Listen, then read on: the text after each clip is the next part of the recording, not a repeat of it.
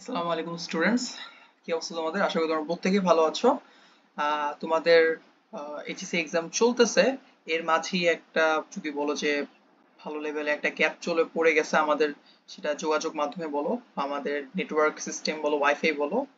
অনেকদিন পর, প্রায় 1 সপ্তাহ, 5 থেকে 6 দিন পরে আবার অনলাইনে আমরা সবাই আসছি।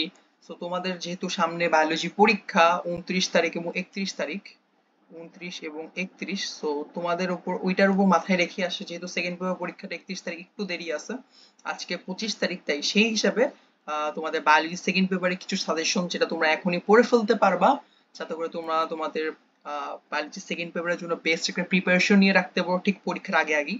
এরপরে তোমরা হয়তো বা কালকে অথবা পরশু থেকে তোমার ফার্স্ট পেপার পড়া কালকে থেকে ফার্স্ট পেপার পড়া শুরু করতে পারলা, কালকে বিকাল বা রাত থেকে। তো এইভাবেই আর কি, চলো শুরু করি। যে সেকেন্ড পেপার আসলে আমাদের শর্ট কোশ্চেনের জন্য বেসিক্যালি, এখন একটা কথা যদি বলি, যে আমরা যারা অনেকেই ইঞ্জিনিয়ারিং প্রিপারেশন মেন্টালিটি রাখতেছি, যে ভাই আমি ফিজিক্স কেমিস্ট্রি ম্যাথ খুব ভালো পারি, বাট আমার দিয়ে তো বায়োলজি আসলে হয় না। আমি ম্যাথ ভালো পারি, ফিজিক্স ভালো পারি, বাট বায়োলজি আমার মুখস্থ করা লাগে, আমি বুঝি না। তাদের জন্য মেইনলি আমি বলবো এই ভিডিওটা। তারা এটা দেখে একেবারে যদি বলি শর্ট কোশ্চেনের জন্য একদম 15 মার্কস, ক খতে 15 মার্কস থাকে 50-এর মধ্যে, ওই 50-এর মধ্যে 15 মার্কস মোটামুটি বলা যায় তুমি এখান থেকে পড়লে পেরে যাবা। আর তোমার তো বই অলরেডি 2 বছর তো মোটামুটি কম বেশি পড়ছো, বই দাগানো ছিল, ওই দাগানো বই থেকে তো মোটামুটি কিছু লাইন তো পড়ছোই অবশ্যই। ওই দাগানো লাইনগুলা থেকেই ভালো করে পড়বো, ওইগুলোই ভালো করে পড়বা। আর ওই দাগানো লাইনগুলা থেকে যে জ্ঞানমূলক প্রশ্নগুলো আমি তোমাদের দিব, সেগুলো একটু পড়বা। অনুধাবন প্রশ্নগুলো যেগুলো দিব সেগুলো একটু বের করে পড়ে ফেলবা। দেখবা যে পড়া অনেক সোজা হয়ে গেছে। আর যারা আগে থেকে বায়োলজি ভালো পারো, পড়তেছো, তাদের তো আর কিছু বলার নাই, তারা এই ভিডিওটা দেখে একটা ভালো লেভেল সাজেশন হিসেবে নিতে পারো। চলো শুরু করি। প্রথম চ্যাপ্টার যেটা আমাদের প্রাণী বিভিন্নতা ও শ্রেণীবিন্যাস, এই চ্যাপ্টারে বেসিক্যালি আমাদের জ্ঞানমূলকের জন্য কি কি প্রশ্ন পড়া উচিত। যেমন আমি যদি বলি প্রাণী বৈচিত্র্য কাকে বলে সেটা আমাদের জানা উচিত, প্রজাতি বৈচিত্র্য কি, তারপর শ্রেণীবিন্যাস কাকে বলে। হ্যাঁ, এইটা এসে পড়ে, কারণ এই চ্যাপ্টারটি শ্রেণীবিন্যাসের উপর বেস করছে। শ্রেণীবিন্যাস কাকে বলে আসতে পারে। সিলোম খুবই ইম্পর্টেন্ট, আমি স্টার মার্ক দিয়ে রাখতেছি সিলোম। ট্যাক্সন কি, এটাও স্টার মার্ক দেওয়ার মতো কোশ্চেন। ত্রিপদ নামকরণ কাকে বলে, অবশ্যই অবশ্যই এটা পড়ে যাবা।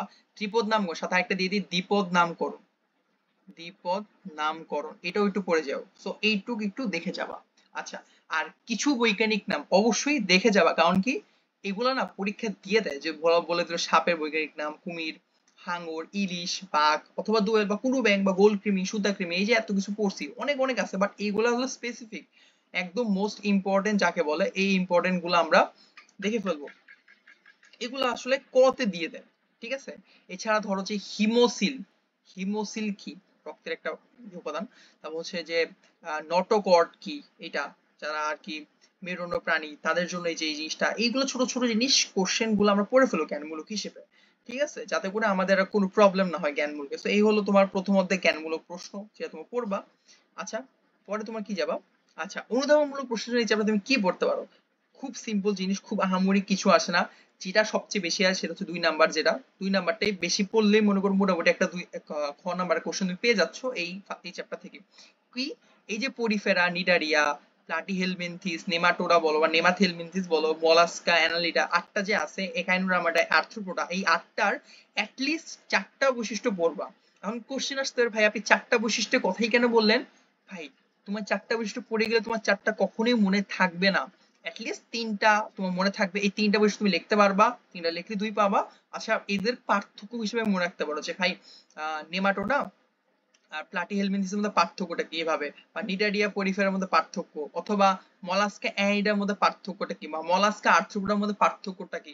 এইভাবে পার্থক্য করে করে পড়বা, দেখবে যে ইয়েস তুমি প্রত্যেকটা কোশ্চেনের অ্যান্সার এইগুলার বৈশিষ্ট্যগুলো মনে রাখতে পারতেছো, মেমোরাইজিং সহজ হচ্ছে, এবং পরীক্ষা আসলে তুমি অ্যান্সার করতে পারছো, সেটা বৈশিষ্ট্য হোক, সেটা 3 নাম্বার কোশ্চেনে এইসব কোশ্চেন আসতে পারে, এইসব বৈশিষ্ট্য আসতে পারে। যেমন এছাড়াও তোমার অ্যাডমিশন যখন যাবা, বিভিন্ন অ্যাডমিশন যখন বায়োলজি কোশ্চেন সলভ করবা, তখন দেখবে যে এই বৈশিষ্ট্য থেকে কোশ্চেন আসতেছে মাস্ট। সো এটা ভালো করে পড়ে ফেলবা। আচ্ছা, এই যে একটা রাখছি দ্বিপদ নামকরণ, দ্বিপদ নামকরণ বলতে কি বোঝো রাখছি, এবং উদাহরণ সহ দিতে বলে, যে কোনো একটা এক্সাম্পল ধরো মানুষে তুমি দ্বিপদ নামকরণ দিয়ে জাস্ট ব্যাখ্যা করে দিয়ে, একটা গণ একটা প্রজাতি হোমোসেপিয়েন্স, আমরা জানি মানুষের গণ হোমোসেপিয়েন্স, ঠিক আছে। সেপিয়েন্স, ঠিক আছে, এইটা আর কি তুমি জাস্ট দিয়ে একটা কোন একটা প্রজাতি ভাবে নাম দিয়ে তুমি বলে দিই পদ নামকরণ এভাবে করা হয় এটি। আচ্ছা, কর্ডেট প্রাণী, যাদের মেরুদণ্ড আছে তাদের কর্ডেট প্রাণী, বা তাদের বৈশিষ্ট্যগুলো কি সুন্দর মতো বইয়ের মধ্যে দেওয়া আছে, একদম স্পষ্টভাবে 4টা 5টা 6টা পয়েন্ট আছে, পড়ে ফেলবা শেষ। নিডারিয়ানদের দ্বিস্তরী প্রাণী কেন বলে, এটাও পড়ে ফেলবা। এটা একটা যে বহিঃস্তর থাকে, অন্তঃস্তর থাকে, মাঝে থাকে মেসোগ্লিয়া, এইটাও তোমরা জানো ভালোভাবে, এটা সুন্দরভাবে লিখে দিও।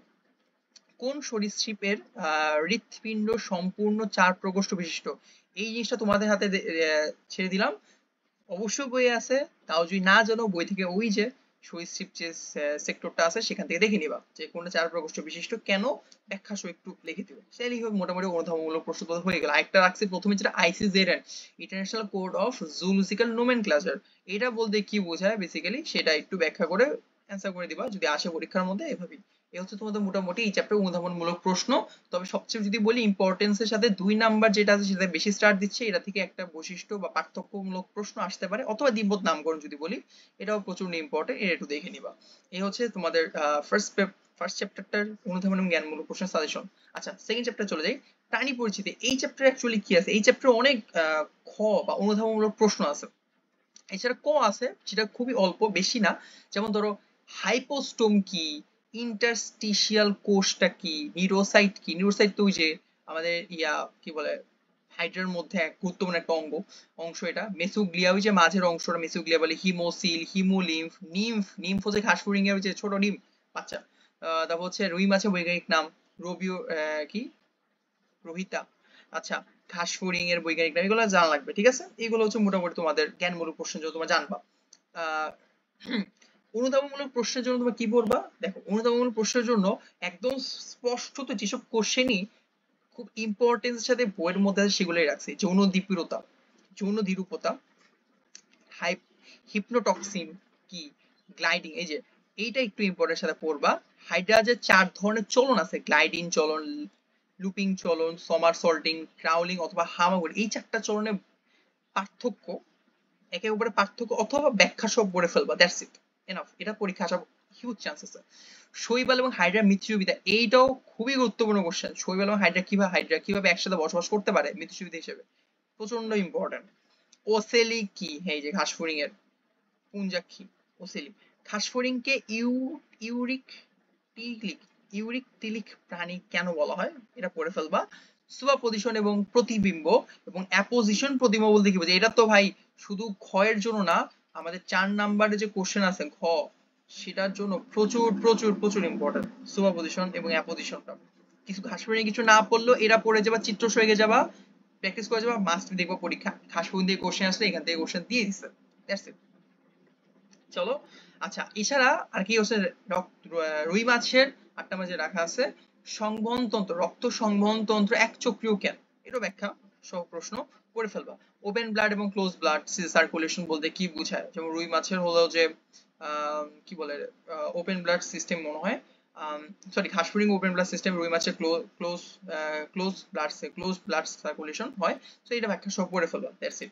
আচ্ছা, এটা হলো তোমার সেকেন্ড চ্যাপ্টার। এবার 3 নাম্বার চ্যাপ্টার চলে যাই, মানব শরীরতত্ত্ব, পরিপাক এবং শোষণ। 3 নাম্বার চ্যাপ্টার থেকে কি আসতে পারে, এইটা না খুব মজার কিছু কোশ্চেন আছে, যেমন পরিপাক কি, টায়ালিন কি, গ্যাস্ট্রিন, তারপর হচ্ছে গ্লুকোনিওজেনেসিস, যে গ্লুকোজে ভাঙন, বিএমআই, তারপর হচ্ছে যে স্থূলতা, অ্যাম্পুল অফ ব্যাটার কি, এগুলো একটু পড়ে ফেলবা জ্ঞানমূলকের জন্য। আচ্ছা, অনুধাবনের জন্য আমরা কি পড়তে পারি, অনুধাবনের জন্য আমাদের পড়ার মতো কোশ্চেন হচ্ছে হলো খাদ্যের উপাদান ও প্রধান এনজাইম। খাদ্যের উপাদান তো আমরা জানি আমিষ, শর্করা, আমিষ, স্নেহ, ভিটামিন, খনিজ, এইগুলোর জন্য কি কি এনজাইম লাগে ভাঙতে সেগুলো পড়ে ফেলবা। মুখ গহ্বরের 3 জোড় লালা গ্রন্থি, মাস্ট, খুবই সোজা জিনিস, খুবই ইম্পর্টেন্ট জিনিস, পড়ে ফেলবা। দন্তের সংকেত, 32টা দাঁতের সংকেতটা কিভাবে থাকে, এটা পড়ে ফেলবা। আচ্ছা, যকৃৎকে কেন জৈব রসায়নাগার বলা হয়, রাসায়নাগার বলছে, জৈব রসায়নাগার বলা হয়, এটা তো ভাই খুবই ইম্পর্টেন্ট কোশ্চেন, এটাও মাস্ট পড়ে ফেলবা। মিশ্র গ্রন্থি, অগ্নাশয় বলতে কি বোঝায় এটা বলছে, এবং একটা কোশ্চেন, সেম কোশ্চেন, মিশ্র গ্রন্থি বলতে অগ্নাশয় কেন অন্তঃকরা এবং বহিঃকরা গ্রন্থি বলা, সেম অ্যান্সার প্রায় সেমই হবে। যকৃতের অবস্থান কোথায়, এটা একটু পড়ে ফেলতে হবে, যকৃৎ কোথায় অবস্থান করে। তারপর হচ্ছে আমাদের দেহের সবচেয়ে বড় গ্রন্থি কোনটা, যকৃৎ, ঠিক আছে। ইলিয়াম এবং ইলিয়ামের মধ্যে পার্থক্য, এই পার্থক্যটা তোমাদের অধ্যায় 7 চ্যাপ্টার 7 এর মধ্যে সুন্দর করে দেওয়া আছে, ঠিক আছে। চ্যাপ্টার 7 এর মধ্যে সুন্দর করে দেওয়া আছে, একদম ছক আকারে বইয়ের মধ্যে তোমাদের কাজে আসবে বলে বইটা আছে, ওইখানে সুন্দর করে দেওয়া আছে, ওইখানে দেখে নিবা ইলিয়াম এবং ইলিয়ামের পার্থক্যটাকে। সেই হচ্ছে তোমাদের মোটামুটি 3 নাম্বার চ্যাপ্টারের অনুধাবন এবং জ্ঞানমূলক প্রশ্ন সাজেশন। আচ্ছা 4 নাম্বার চ্যাপ্টার রক্ত সঞ্চালন। তোমরা যদি ভাবো যে ভাই আমি 1 নাম্বার চ্যাপ্টার ভালো পারি মোটামুটি, 2 নাম্বার চ্যাপ্টার যদি স্কিপও করতে চাও, তোমরা ইজিলি 4, 5, 7, 11 এগুলো পড়লেও দেখো ভালোভাবে কমন পাচ্ছ সৃজনশীল। যেমন 4 নাম্বার যে দেখো রক্ত সঞ্চালন প্রচন্ড ইজি একটা চ্যাপ্টার, আহামরি কিছু নাই, একদম ইম্পর্টেন্ট টু দা পয়েন্ট পড়াশোনা। সিরাম কাকে বলে, হেপারিন কি, সিস্টোল ডায়াস্টোল সংজ্ঞা, রক্ততঞ্চন কি, অ্যানজাইনা, থ্রোম্বোসাইট কি, তারপর হচ্ছে হলো যে রক্তের পিএইচ মান কত হইতে পারে, আপেক্ষিক গুরুত্ব কত, রক্তচাপ কি, এগুলো সংজ্ঞা এবং কিছু ইনফরমেশন গুলো ভালো করে পড়ে ফেলে। আমি সবগুলো কিন্তু সংজ্ঞা দিই নাই, কিছু ইনফরমেশন আছে যেমন রক্তের পিএইচ, রক্তের আপেক্ষিক গুরুত্ব, তারপর হচ্ছে তোমার ধরো যে রক্তচাপ কাকে বলে যে সংজ্ঞা, রক্ততঞ্চন সংজ্ঞা, অ্যানজাইনা এগুলো সংজ্ঞা, কিছু সংজ্ঞা রাখছে, কিছু ইনফরমেশন রাখছে, ইনফরমেশন গুলো ভালো করে পড়ে ফেলবা। আচ্ছা, বা রক্তে পানির পরিমাণ, ঠিক আছে, পানি কতটুকু পরিমাণ থাকে, রক্ত রসের পরিমাণ, রক্তকণিকার পরিমাণ, এগুলো পড়ে ফেলবা। হ্যাঁ, তাহলে দেখবা যে জ্ঞানমূলক প্রশ্নগুলো ভালো পারতেছো। অনুধাবনমূলকের জন্য তুমি কি পড়তে পারো? অনুধাবনমূলকের জন্য আমি যদি বলি, দেখো প্রথমেই বায়োলজি বইয়ের অনুধাবনমূলক পড়ার সবচেয়ে সোজা জিনিস কি জানো? যতগুলা বইয়ের যত পার্থক্য আছে পার্থক্যগুলো পড়ে ফেলবা, দেখবা যে হ্যাঁ তোমার মোটামুটি অনুধাবন একদম 80% কমপ্লিট। কারণ পার্থক্য বলে বৈশিষ্ট্য পড়া হয় এবং ওই যে জিনিসটার সম্পর্কে ভালো ধারণা পাওয়া যায় অ্যাকচুয়ালি কিভাবে কি হইতেছে। যেমন প্রথমেই লসিকা রক্তের মধ্যে পার্থক্যটাকে, এটা মাস্ট, এটা মাস্ট, এই চ্যাপ্টারে কিছু না পড়লেও অনুধাবন এটা পড়ে ফেলবা। তারপর ধরো ইম্পর্টেন্ট যদি বলি, হার্ট অ্যাটাক কেন হয়, হার্ট ফেলিয়ার কেন হয়, এটা মাস্ট পড়ে ফেলবা। এক গ্রানুলোসাইট যে মানে দানা নাই, দানা নাই বুঝায় ওইটা কি, ওইটা ব্যাখ্যা দিতে বলছে। পারকিনজি তন্তু, এটা ব্যাখ্যা দিবা। পেজ মেকার কিছু না পড়লেও এই যে লসিকা এবং পেজ মেকার কিভাবে ব্যাখ্যা করে এটা পড়ে ফেলবা। ব্যারোমিটার, রিসেপ্টর কত রকম, কিভাবে কাজ করে ব্যাখ্যা, উচ্চ রক্তচাপের জন্য নিম্ন রক্তচাপ কিভাবে কাজ করে, সুন্দর মতো এইভাবে অনুধাবনমূলক প্রশ্নগুলো পড়ে ফেলবা। আর মায়োজেনিক নিয়ন্ত্রণ সেম জিনিস, এটাও পড়ে ফেলবা। খুব স্পেসিফিক, খুব বেশি কোশ্চেন দেয় নাই, একদম টু দা পয়েন্ট কোশ্চেন গুলো দিচ্ছে, এগুলো পড়লে তুমি একদম বেস্ট একটা আইডিয়া পাবা বই থেকে। আচ্ছা 5 নম্বর চ্যাপ্টার যদি চলে যাই, শ্বসন এবং শ্বাসক্রিয়া, এখান থেকে আসলে কি পড়া যায়? জ্ঞানমূলক প্রশ্ন খুব বেশি কিছু নাই, জাস্ট বহিঃশ্বসন অন্তঃশ্বসনটা কি পড়বা, শ্বসন কাকে বলে এটা পড়ে ফেলতে পারো, অ্যালভিওলাসকে কি বলা হয়, ফুসফুসের কার্যকরী একক বলা হয়, ঠিক আছে, এটা একটু মনে রাখবা। আচ্ছা অনুধাবনমূলক প্রশ্ন যদি বলি, সারফেক্টেন্ট, অ্যালভিওলাস সারফেক্টেন্ট একদম সোজাসুজি কানেক্টেড, তো সোজাসুজি কানেক্ট, কিভাবে সে ওইখানে জীবাণু ঢুকলে সেটাকে ধ্বংস করে, ফুসফুসে যে আমাদের বাতাসে যে অক্সিজেন নেওয়ার ফলে, ওইটা যে কি, ওই সারফেক্টেন্টের কাজ, ঠিক আছে, এটা মনে রাখবা। বহিঃশ্বসন এবং অন্তঃশ্বসনের পার্থক্য কিছু না পড়লেও এটা পড়বা মাস্ট, এই সারফেক্টেন্ট এবং বহিঃশ্বসন অন্তঃশ্বসনের পার্থক্য। শ্বসনে হিমোগ্লোবিন কেন গুরুত্বপূর্ণ, এই যে অক্সিজেন যে পরিবহন করে, এটা ব্যাখ্যা দিতে পারো। অটিটিস মিডিয়া, এই যে রোগটা হয়, এই রোগটার লক্ষণগুলো কি, এটা লক্ষণগুলো পড়ে ফেলা। সাইনোসাইটিস কত প্রকার, 2 প্রকার, এটা পড়ে ফেলবা। সাইনাস গহ্বর কয়টা, 4টা গহ্বর আছে, এটাও পড়ে ফেললা ভালোভাবে ব্যাখ্যা সহ, জাস্ট নামগুলো মনে রাখলা আর 4টা গহ্বরের নাম সহ মনে রাখলা, জাস্ট একটু লিখলেই হবে। শ্বাসনে শ্বাসরঞ্জকের ভূমিকা কি, এটাও সুন্দর মতো করে বই থেকে পড়ে ফেলো অনুধাবনমূলক প্রশ্নটা। আচ্ছা চলো আমাদের পরে স্লাইডে যাই, যেখানে আমরা চ্যাপ্টার 7 এর কিছু কোশ্চেন রাখছি। চ্যাপ্টার 7 এ আসলে আমাদের সাজেশন হিসেবে রাখা যাচ্ছে, তো জ্ঞানমূলক প্রশ্ন কি রাখতে পারি। দেখো কঙ্কাল তন্ত্র কাকে বলে, খুব ইম্পর্টেন্ট না, তবে ইম্পর্টেন্ট। দেখো কোনটার আকৃতি এফ এর মতো দেখতে, কোনটা, এটা পড়ে ফেলবা। হাইওয়েট, হাইওয়েট কিন্তু ইউ আকৃতির। অ্যাটলাস, অ্যাটলাস আংটির মতো দেখতে, আমি কিন্তু ইনফরমেশন লিখে রাখছি সুন্দর মতো করে যে কি কি ইনফরমেশন আসতে পারে। হাইওয়েট ইউ আকৃতির। ক্ল্যাভিকল, ক্ল্যাভিকল হচ্ছে এফ আকৃতি দেখতে। সেক্ট্রামে 4 জোড়া ছিদ্র থাকে। বৃহত্তর অস্থি কোনটা, ফিমার, এগুলো কিন্তু লিখছি, ঠিক আছে। কশেরুকা প্রভাবিত করে ফেললা। অনৈচ্ছিক পেশি কাকে বলে, আর ঐচ্ছিক পেশি অনৈচ্ছিক পেশি কাকে বলে, কঙ্কালতন্ত্র কি, এটা একটু পড়লেই মোটামুটি এটা জ্ঞানমূলক প্রশ্ন ইজি আসে। অনুধাবনমূলক প্রশ্ন যদি বলি, এইটা একটু মনে রাখার চেষ্টা, যারা মোটামুটি বায়োলজি পড়ছো তারা মোটামুটি কঙ্কাল তন্ত্রের 6টা হাড়ের বিভাজন কিভাবে কি হয় এটা তোমরা জানো, বা না জানলেও একটু কষ্ট করে হলেও শিখে ফেলবা। এটা থেকে না, এটা পড়ে ফেললে এই চ্যাপ্টার অনেক কিছু তুমি একটা ভালো একটা ধারণা পেয়ে যাবে, ভাববা ভাববা যে, বা তুমি যদি পড়ে ফেলতে পারো তোমার মোটামুটি কনফিডেন্সটা অর্জন হবে যে না ভাই আমি হাড়গুলোর সম্পর্কে জানি, যে কিভাবে কিভাবে ডিস্ট্রিবিউশন হচ্ছে। মেরুদণ্ডের কাজটা কি পড়ে ফেললাম, কঙ্কাল তন্ত্রের কাজ কি সেটা করলাম। নিরেট এবং স্পঞ্জি এটার মধ্যে অ্যাকচুয়ালি পার্থক্যটা কি, পার্থক্য আবার বলছি, অস্তিত্ব অনাস্তিত্বের পার্থক্য কিছু একদম এটা শিওর শর্ট আসার মতো চান্স হিউজ। অস্থিতরণস্থির মধ্যে পার্থক্য, হৃদপেশি ব্যাখ্যা করো, দ্বিতীয় তৃতীয় শ্রেণী লিভার, লাস্টে দেখবে লিভারের একটা পার্ট আছে যে বস্তু উঠানোর জন্য নামানোর জন্য, ওইটা থেকে দ্বিতীয় তৃতীয় শ্রেণী লিভারের কাজ কিভাবে করে সেটা পড়ে ফেললাম। চলো লাস্ট চ্যাপ্টার, যেটা থেকে বেসিক্যালি আমরা অ্যান্সার করতে পারবো একদম ইজি। আমার কাছে মনে হয় জুলজির মধ্যে প্রথম চ্যাপ্টার এবং লাস্ট চ্যাপ্টার হলো সবচেয়ে ইজি। এটা একদম মজাও লাগে, সবাই পড়তেও মজা পায়, বুঝতেও মজা পায়। যেমন ধরো এখানে কি আসার মতো, এখানে আসার মতো অনেক কোশ্চেন আছে। ধরো এরকম হইতে পারে যে এই চ্যাপ্টার থেকে দুই তিনটা জ্ঞানমূলক প্রশ্ন বাকি চ্যাপ্টারের ক খ মানে জ্ঞানমূলকের মধ্যে ইউজ হইতে পারে। যেমন প্রকট বৈশিষ্ট্য কি, মেন্ডেল দ্বিতীয় সূত্র, অ্যাপিস্টেটিস, পলিজিন কি, লিথাল জিন কি, তারপর সমপ্রকটতা, অ্যালিল, ব্যাকক্রস, এগুলো প্রত্যেকটাই ইম্পর্টেন্ট। মানে এখানে একটাও বাদ দেওয়ার মতো না যে একটা বাদ দিও, ভাই কোনো বাদ দেওয়া নাই, সবগুলো পড়ে ফেলবা সংজ্ঞা সহ, ব্যাখ্যা সহ, কিভাবে কি আসছে দেখবে। এনাফ এনাফ, ভালো একটা ধারণা পেয়ে গেছো।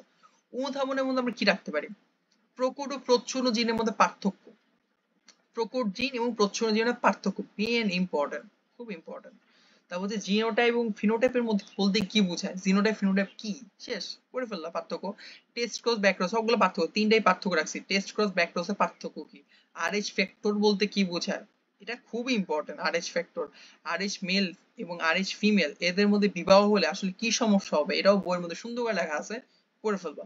সার্বজনীন দাতা কারা, সার্বজনীন গ্রহীতা কারা, হ্যাঁ সার্বজনীন দাতা হচ্ছে ও এবং সার্বজনীন গ্রহীতা হচ্ছে এবি, জানি আমরা সবাই, ব্যাখ্যা সব পড়ে ফেললাম, শেষ।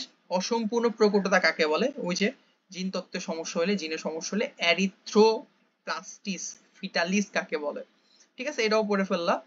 দ্বৈত প্রচ্ছন্ন অ্যাপিস্টারিস বলতে কি বুঝো, ছক এঁকে দেখা যেত, হ্যাঁ এখানে অনেকগুলা তোমাদের কি বলে এটাকে ইনহেরিটেন্স আছে। এই এগুলার প্রত্যেকটা ছক একটু ভালো করে এঁকে শিখে যাবা, কিভাবে আঁকে ছকগুলা, কিভাবে ব্যাখ্যা করে অ্যান্সার গুলা, সেটা শুধুমাত্র খ এর জন্য না, গ এবং আমাদের ঘ, এই দুইটার জন্য, প্রত্যেকটার জন্য এই চ্যাপ্টারে যে ছকগুলা আছে কিভাবে বের করে ছক আকারে ক্রস জিনের জন্য, সেটা শিখে যাবা। ইজিলি দেখবে তুমি যে সিকিউ আসছে সেটা তুমি অ্যান্সার করতে পারছো ব্যাখ্যা সহ, খুব সহজে এখান থেকে তুমি অ্যান্সার করতে পারছো। যদি আমাকে জিজ্ঞেস করা হয় ভাই আমাদের আমরা কোন চ্যাপ্টারটা ভালো করে পড়লে আমরা অ্যাকচুয়ালি ভালো করতে পারবো, আমি বলবো তোমাদের চ্যাপ্টার একটা খুব ভালো করে পড়ো, এটা উপরে কিছু নেই, এটা খুব ইজি। চ্যাপ্টার 2 এর তুমি এই যে স্পেসিফিক কিছু কোশ্চেন আমি রাখছি ক খ এর জন্য, এটা পড়ে রাখতে পারো। হাইড্রার কিছু স্পেসিফিক কোশ্চেন আছে, হাইড্রাটা মাস্ট এবং ঘাসফড়িংটা মাস্ট মনে রাখে পড়লেই হবে। রুই মাছ খুব একটা জরুরি না, আসার চান্স কম। এছাড়া পরিপাক শোষণ, তুমি কি পড়ো, পরিপাক শোষণ থেকে যকৃৎটা খুব জরুরি, পড়তে পারো। আর যদি মনে করো ভাই যকৃৎ আমার পারি না বুঝি না, তাহলে এটা স্কিপ রেখে তুমি 4 পড়বা, 4টা প্রচন্ড ভাবে ইজি। হৃদযন্ত্র হৃৎপিণ্ডের যে কাজটা কিভাবে হয় সেটারও একদম ওটা পড়লেই হয়ে যাচ্ছে, ওইখান থেকে কোশ্চেন আসে, পেসমেকারের কিছু কাজ টাজ আসে। সো আমরা যখন ঘের ভিডিওটা দেখবো কিভাবে হইতেছে সেটা আমরা ভালো করে বুঝতে পারবো কেমনে কি হইতেছে। সো ওইটা আরো ডিটেলসে আমি হয়তো তোমাদেরকে কোশ্চেনটা বলে দেবো, আচ্ছা এই কোশ্চেন আসবে। বায়োলজি কোশ্চেন খুব স্পেসিফিক, খুব আহামরি কঠিন কোশ্চেন দেয় না, খুব স্পেসিফিক কোশ্চেনই হয়। আচ্ছা শ্বসন, এটাও খুব ইজি কোশ্চেন, ইজি একটা চ্যাপ্টার, এটাও পড়ে ফেলতে পারো। তারপর ধরো তুমি চলন, তুমি মনে হতে পারে ভাই এটা তো ভাই কঠিন হইতে পারে, হাড়গুলা মনে রাখা, হাড়গুলা কাজ কিভাবে মনে রাখবো, এটা কঠিন আছে, তো এটা বাদ রেখে তুমি ইজিলি 11 পড়ে ফেলতে পারো। তা তুমি কি হচ্ছে, তুমি এক দুই তারপর হচ্ছে যে 4 5 তারপর হচ্ছে 11 এইগুলা পড়লেই, এই পাঁচটা পড়লে 5টা সিকিউ তুমি ইজি কমন পাইতেছো, তো 6টাও পাই যেতে পারো। তো 6টা পেলে তো হয়েই যাচ্ছে না, একদম শিওর শিওর 6টা পেলে তোমার একদম পারফেক্টলি অ্যান্সার করতে পারছো। কিন্তু 6টা যদি ভালো করে পড়ো, তোমাকে একদম পিন পয়েন্ট পড়তে হবে, সবগুলো গ ক খ গ ঘ পড়ে ফেলতে হবে। সো যার জন্য এই ভিডিও দেখার বিকল্প নাই, ভিডিও দেখছো এবং সাথে তোমাদের যা যা নোটস আছে বা ছিল, বা তোমাদের গাইডের মধ্যে টেস্ট পেপারের মধ্যে যত ছোট ছোট কোশ্চেন গুলো আছে এগুলো ভালো করে পড়ে ফেলো, দেখবা যে তুমি একটা বেস্ট প্রিপারেশন নিয়ে 31 তারিখ এই সেকেন্ড পেপার 31 তারিখ পরীক্ষাটা বেস্ট একটা পরীক্ষা দিতে পারবা। শুভকামনা।